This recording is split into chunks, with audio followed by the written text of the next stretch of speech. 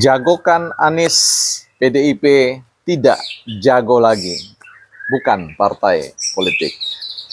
Ya, selamat datang teman-teman di channel Bukan Partai Politik. Ya, ini edisi lapangan teman-teman. Mungkin sekitar seminggu sampai 2 minggu saya akan ada putar-putar di sekitar Kalimantan Timur.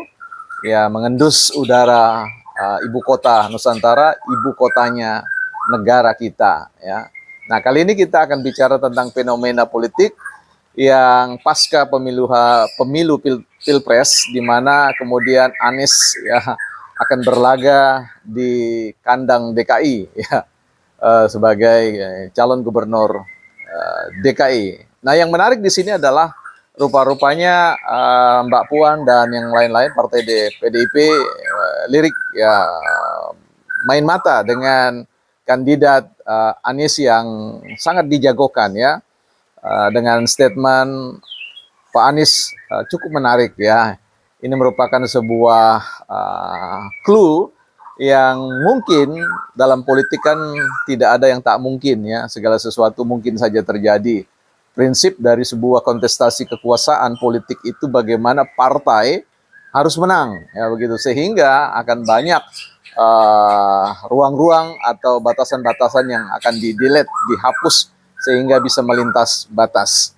Nah, kali ini kita lihat bahwa fenomena lirikan PDIP terhadap Anies ya, jagokan, quote, jagokan jika itu mungkin terjadi nantinya, ini mengindikasikan bahwa Partai Demokrasi Indonesia Perjuangan tidak memiliki jagonya sendiri, kadernya sendiri, dan ini merupakan sebuah fenomena yang kita sebut sebagai krisis kepemimpinan di tubuh Partai Demokrasi Indonesia Perjuangan ya. Karena ini menarik sekali, rupa-rupanya performa karakter Anies ini yang sangat tenang itu diminati ya oleh publik secara luas, sehingga tidak tersedia lagi calon-calon di internal Partai Demokrasi Indonesia Perjuangan yang berkarakter ya tenang, berkarakter quote santun dalam pengertian apa yang dipersepsi oleh publik.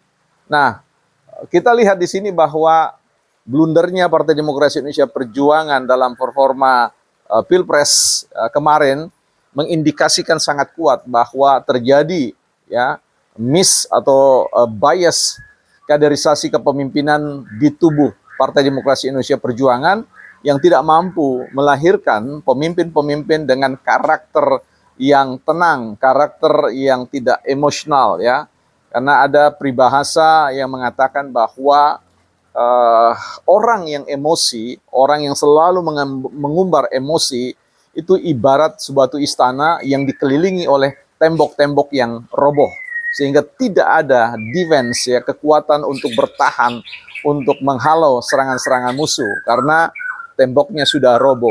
Nah, ini yang kemudian dicitrakan oleh Partai Demokrasi Indonesia Perjuangan yang sayang sekali ya, sekalipun memiliki sekolah kepemimpinan ya, tetapi tidak bisa menghadirkan pemimpin-pemimpin dengan karakter yang kompatibel, yang cocok dengan karakter bangsa ini ya, karakter yang sangat santun, sangat menjaga tutur kata, karena sekali lagi bahwa tutur kata yang emosional itu adalah serangan pada diri sendiri ya, bumerang pada diri sendiri, menghujam pada diri konstituen sendiri. Artinya terjadi quote pembunuhan karakter bagi publik ya, dan dengan sendirinya merupakan sebuah pembunuhan diri sendiri.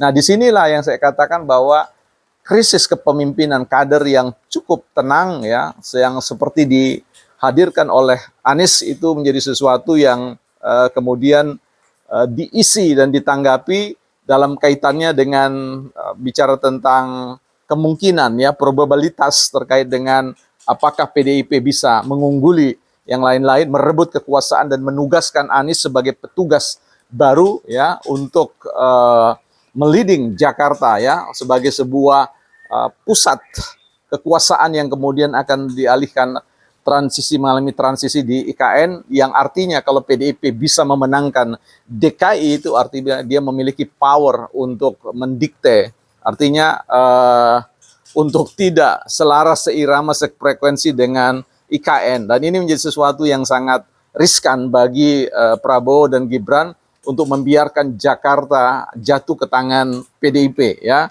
Dan inilah yang kemudian sedang diupayakan.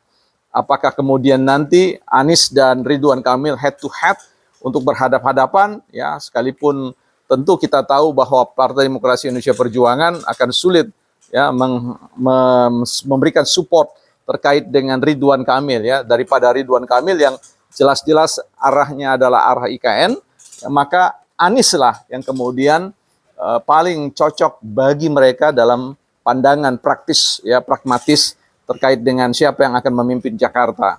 Nah, tetapi sekali lagi ya, bicara tentang kaderisasi kepemimpinan ini menjadi suatu hal yang penting, agenda yang utama bagi Partai Demokrasi Indonesia Perjuangan yang secara publik ya terbuka, terlihat bahwa quote miskin kader.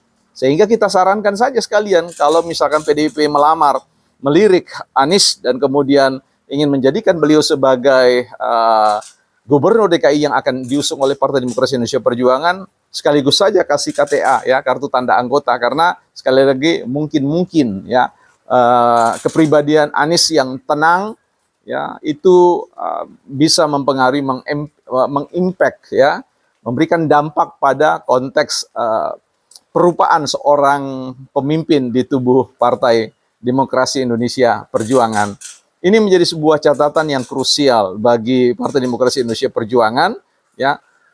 Apa performa yang ditunjukkan para elit dengan hadir dan kemudian mendapatkan atribut sebagai komplainer ya.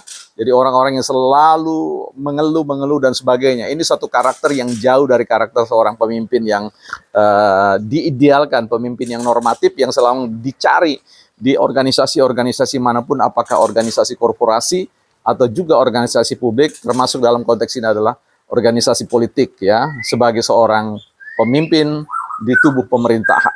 Nah, inilah para pengeluh-pengeluh ini adalah orang-orang yang menurut saya quote ya, tidak qualified di dalam konteks memimpin sebuah daerah, apalagi memimpin sebuah negara. Karena itu kita bisa lihat, belajar dari perubahan karakter Prabowo dari yang sangat emosional dan kemudian dipengaruhi oleh seorang Jokowi dengan menjadi pendekatan yang fun, yang enjoy, yang tidak kehilangan ketegasan ya. Jadi kualifikasi seorang pemimpin yang dicari di Indonesia ini bukanlah kualifikasi pemimpin yang emosional, yang marah, karena sekali lagi ya, seorang yang mudah marah, yang mudah tersulut emosinya, yang tidak dapat merem dirinya untuk tidak mempermalukan orang lain di depan publik ya, itu adalah satu karakter yang sangat kuat.